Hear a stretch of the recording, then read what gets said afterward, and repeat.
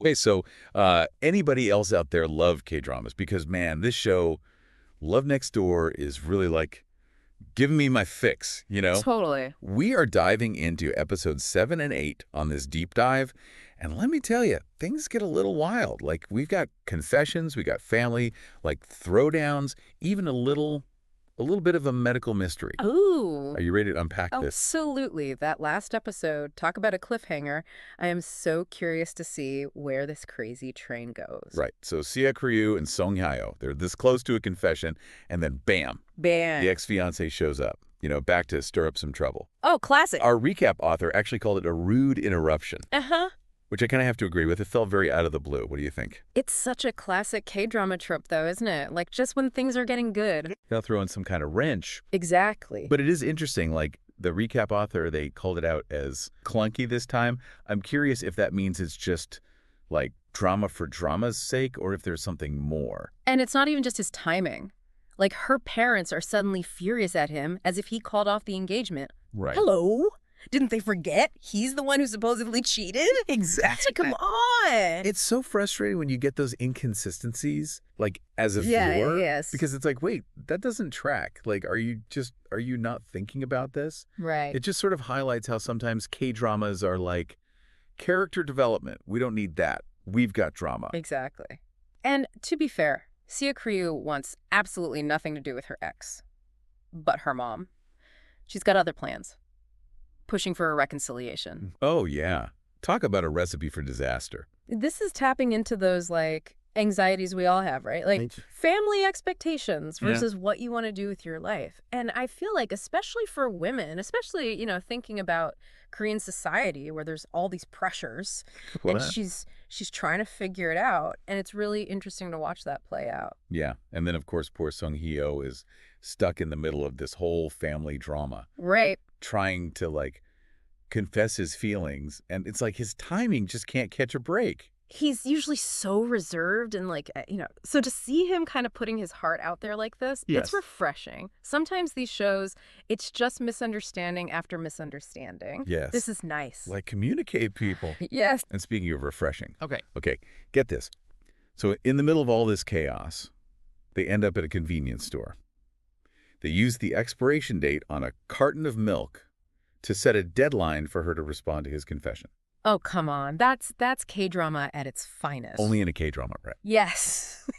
I love it. Those little moments of absurdity. It's fun. It is. It's so good. But it's also, like, even that, there's that cultural element there, right? Yeah. Food is such a part of so many K-dramas. It's never just about, I need to eat this to survive. Exactly. It's about love and family and tradition. Absolutely. And so even those silly scenes have these deeper meanings. Right. And speaking of food, remember how Seok-ryu has that, like, secret passion for cooking? Her culinary aspirations are about to collide head-on with her family's expectations. And let me tell you, things get a little spicy. So Seung-hyo might be trying to win Seok-ryu's heart, but her family's a whole other challenge. A whole other beast. And that's where we'll pick up in Act 2 of this K-drama deep dive.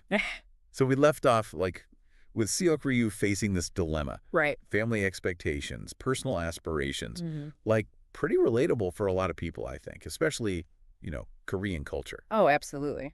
Her family's got the tteokbokki shop. Right. They've got their heart set on her taking over the business. Yeah, it's classic. It's like, do you follow the traditional path or do you kind of forge your own way? And especially for her, it's not just about the business. It's like denying this part of herself. Totally. And this tension, like, it really boils over in these episodes.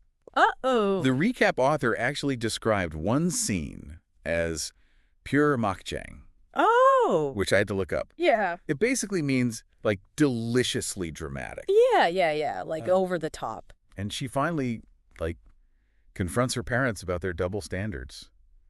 Pointing out how her brother, he gets to chase his dreams, no problem. Right. Like, why is it different for me? Exactly. And that's, I think that resonates with a lot of women, especially, in a culture like Korea where it's very family-oriented. There's a lot of expectation on women. Totally. But she's pushing back against it. And it's cool to see, but it's also kind of like, ugh. Yeah. And so where does she go to, like, escape this pressure cooker? Right.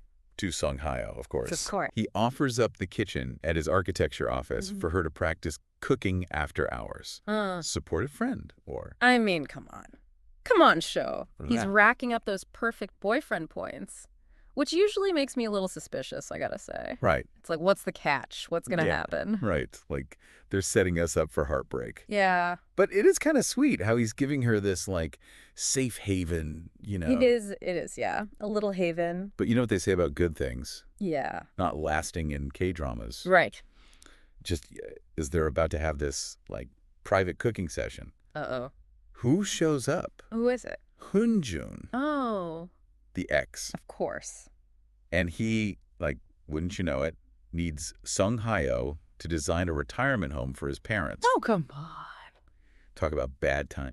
The writers are really going all in on this. Like, are they trying to, like, make us frustrated? Right. Or is this just, like, the most unbelievable coincidence ever? What do you think? I don't know. I mean, I kind of love it either way, but it's like, really? The recap author even pointed out this little detail. Oh.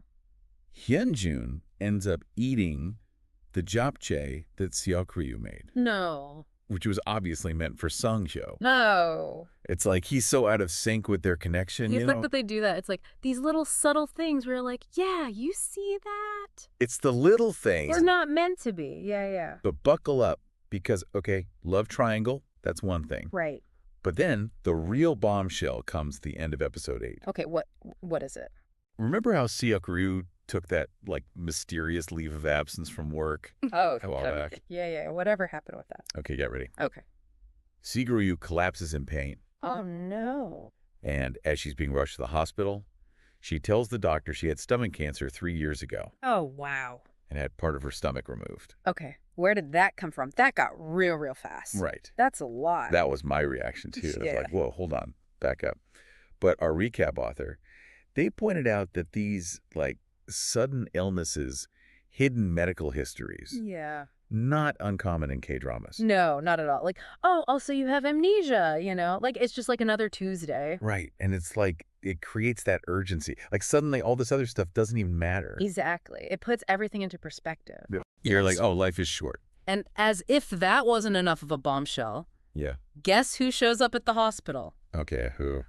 With a copy of Seok-ryu's medical records. Oh, no. Who is it? Hyun-joon with her medical records. Like, what is going on? Right. Like, out of everyone. It's like red flag alert. It's a little sus. Like, what's he up to? Is he trying to win her back? Like the whole, oh, I've always been there for you thing? Yeah. Or is there something else going on? Is he going to try to be, like, weirdly selfless about this? Yeah. It's like, is he going to redeem himself? Yes. Knowing K-dramas, it could go either way. Literally either way. And on top of all of that, don't forget, we've still got 11 days on that milk carton concession deadline. That's right. The clock is ticking. Tick-tock. Hmm. So, like, with all this going on, is there even time for Seok-ryu to, like, process her feelings? I know it's a lot. Yeah. Love, family, career, illness. It's classic K-drama, though, right? Like, throw it all in there. And we eat it up every time. Every single time. But speaking of things we love, Yeah. we need to talk about the other couple for a second. Yes. Yeah. Muiyam and Dan-ho. They're just a breath of fresh air amidst all of this, like, intensity. I know. The recap author even said that Dan-ho might be giving Seung-hyo a run for his money Oh, really? in the sweetheart department. Hmm. We've got a little second lead syndrome brewing, maybe. Ooh, possibly. I kind of love it. Who are you rooting for? Don't make me choose. And it seems like their storyline, you know, with the whole mysterious mudflat man. Right. I feel like that's going to start tying into the main plot more. Yeah. Everything always connects eventually. It's K-drama.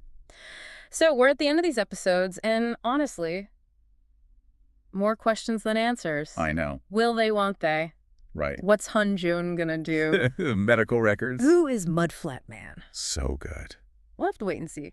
I guess we'll find out next week. But for everyone out there watching, what are your predictions? Let us know. We need to know. Spill the tea. Until next time, happy watching.